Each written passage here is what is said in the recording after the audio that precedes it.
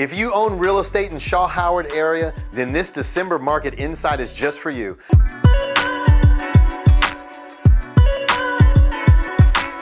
It's me, Melvin Yates, your neighborhood real estate broker and Howard Bison alum with EXIT Flagship Realty. And on this month's Shaw Howard Real Estate Market Insight, we're going to focus on empowering you with real estate facts and data, no fluff. I'm going to share the 5 things you need to know as we enter 2022.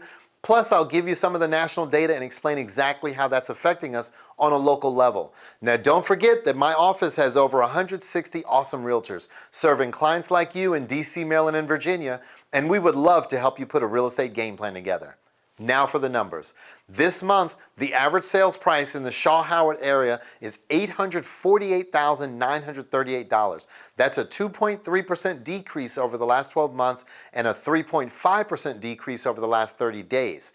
Now, the average days on market, which is the time it takes to find a buyer for a home sold in the neighborhood, is 20 days, which is slightly ahead of the county average, so homes are selling faster. Now, in the last month, we had 99 new homes come to market, which is the number of homes that were listed for sale. But this is an issue because we only have about 10 weeks of total inventory in Shaw, and that means that we can't keep up with the demand. Now, though this is concerning for my buyers, this is a huge opportunity for my sellers who should strongly consider taking advantage. Now, as far as home sellers who accepted an offer during the month, otherwise known as pending, there were 66 of them in November, and they represented 67% of the 99 new listings. Now, there were 75 homes that ultimately did sell in the month of November in the Shaw Howard area. That's up 36.4% over last month and up 1.4% over last year this time. So as the data shows, it's just supply and demand. My agents have lots of qualified buyers who want to buy in Shaw, and they're willing to pay top dollar. I just need more houses for them. So if you're thinking about moving up, moving down, or maybe moving away, the perfect time could be now, and it could be your time. Now, before I jump into the national data and explain how it affects us locally, feel free to text me an address, any address, and I'll shoot over a free market analysis on that specific home. Or you can schedule a confidential strategy session with me or my team using the link. Of course, you can call or email me anytime. I also want to thank the hundreds of thousands who watch my market insights and other informative videos, and the tens of thousands of families who have been able to benefit in some way from the information, and the thousands of clients we've served over the years. I will continue to work at being the most educated advisor on real estate topics in DC, Maryland, and Virginia. So when do most listings come on the market? In a normal market, it would be the second quarter of each year, the spring real estate market. Typically April, May, and June of every year, but the reality is that the market right now is anything but normal. The pandemic and coming out of the last couple of years is that the seasonality of traditional real estate has kind of been thrown out the window. So we'll start here. Home sellers have historically moved when something in their lives changed, a new baby, a marriage, a divorce, or a new job. Now this comes from Jessica Lautz, the Vice President of Demographics at NAR, National Association of Realtors. She goes on to say, the pandemic has impacted everyone, and for many, this became an impetus to sell and make a housing trade. The pandemic caused a lot of people to say, we need something different in a home.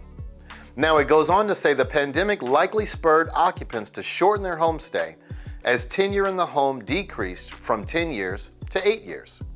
Now, according to the report, now this is important here. This is the largest single year change of home tenure since NAR has been collecting the data. The historical data showed that families used to move about every 6 years, but after the housing crisis in 2008, tenure in homes began to rise. What we're seeing in this new report is that, we're starting to see the tenure come down. Very interesting as we look at it, and here's what it looks like geographically, going all the way back to 1985. You'll see the average of about 6 years of some staying in their home, most people staying, some people staying longer, 7, 8, 9, 10 years. The average just over 9 years now in a home over the last 10 years or so. Now, there are a lot of good reasons for that. A lot of people maybe didn't have the equity to make a move. Maybe they were underwater for a while in the home that they own. Maybe they just said, we're not going to do anything. We're just going to try to pay the house off. Now, coming out of a pandemic, we're seeing that dip down. Now, I'm certainly not saying that 1 year would make a trend by any stretch of the imagination, but I think we can safely say that it represents pent-up seller demand in all those years that folks have stayed in their homes. We can say the meaning of a home has dramatically changed. We can also say there's more equity in homes now than there has ever been before in history. All of this leading to many people thinking, maybe now's the time to make a move. And I do believe we'll start to see that in the winter. Now, let's take a look at what George Ratu at Realtor.com says. He said, the pandemic has delayed plans for many Americans and homeowners looking to move into the next stage of life, and that's no exception. Recent survey data suggests the majority of prospective sellers are actively preparing to enter the market this winter. So going back, a lot of reasons we just talked about, folks thinking about moving. This study is saying we're seeing a lot of those people preparing to enter the market this winter. In that same study, 65% said that they either just listed or plan to this winter. 93% said they've already taken the steps toward listing a home, including working with an agent. 36% have researched the value of their home and others in the neighborhood. And as well as we've started making repairs and doing what they need to do to sell the home. I think today in this market, being prepared, being educated, and taking action, if appropriate, is what I want for you. Now, Danielle Hale says that this new listings have risen now for the second week in a row, with this recent survey data suggesting that a growing share of homeowners and potential sellers are eager to find new homes. Now, there's reason to believe this may be the start of a welcome trend, especially as we move into cooler months. You know, as we look into the winter, the data shows that we're going to see more activity among sellers and among buyers than we've seen in quite some time, as seasonality has been thrown out of the window. Now, let's just talk for a minute about interest rates. Probably one of the biggest things that's going to be talked about as we go into the new year. What's going on with the interest rates? The overall outlook is interest rates are going to rise. And this is a look right now at the 30-year fixed. We've used this, many times over the last couple of years as we go back and look at January of 2020 prior to the pandemic, which is basically rates are knocking on the door of 4%. Right now, the average 30-year fix is right at 3.1%. Many calling for that rise to go into next year. Now, I'll show you what forecasters are saying, but if you were to ask me what's going to happen with interest rates, I think we're going to go back to where we were. This is a historical perspective on rates. Now, looking back at 2016, 17, 18, 19, around four normal years, I guess, quote unquote, normal years in real estate, and we bounced somewhere between 3.5% and 5%. Now, I think we're headed back there. I think we're headed back into a much more normal interest rate environment. Now, we've seen some phenomenal, awesome rates over the last year or so, historically low rates on a 30-year fix. And I think we're just going to head back to a time where we were prior to the pandemic. The bottom line here is context matters, right now for the housing market and certainly for purchasing demand. The economy is improving, millennials are continuing to age into their prime home buying years in large numbers. So the context remains good for the housing market. And I think overall, as we look at that, we can expect a rising interest rate environment going into next year. Now, I don't see that affecting the housing market dramatically, but it will cost more to buy a home in the coming months and years.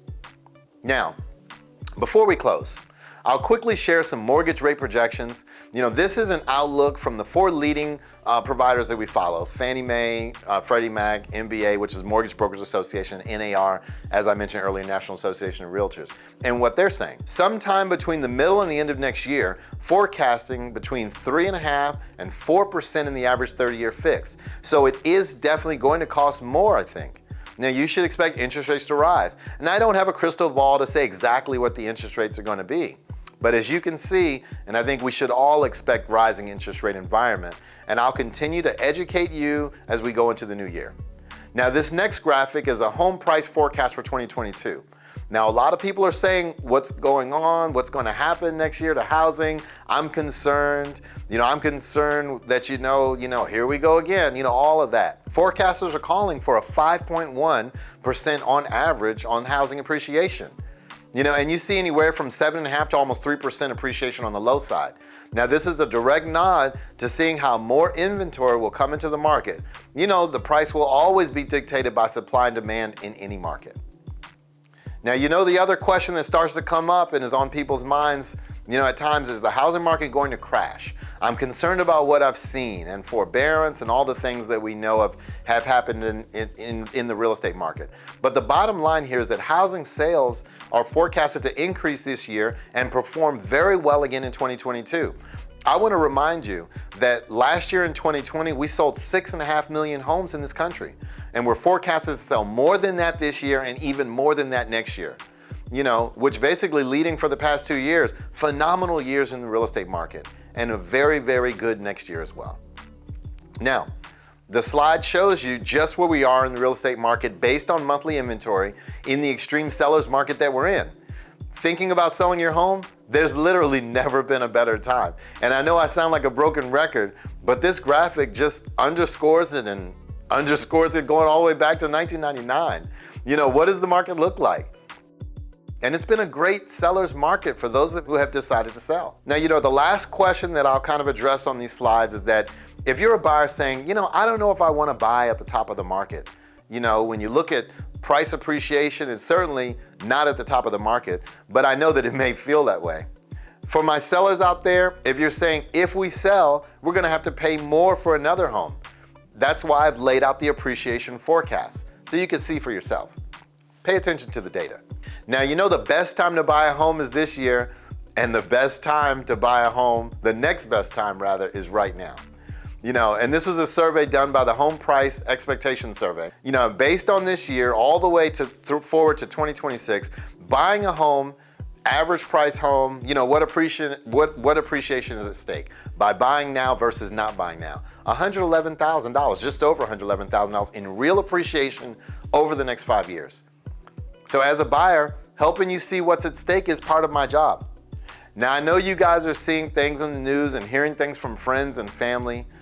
Please know that I will continue to be your rock for all things real estate, giving you the facts and data, no fluff.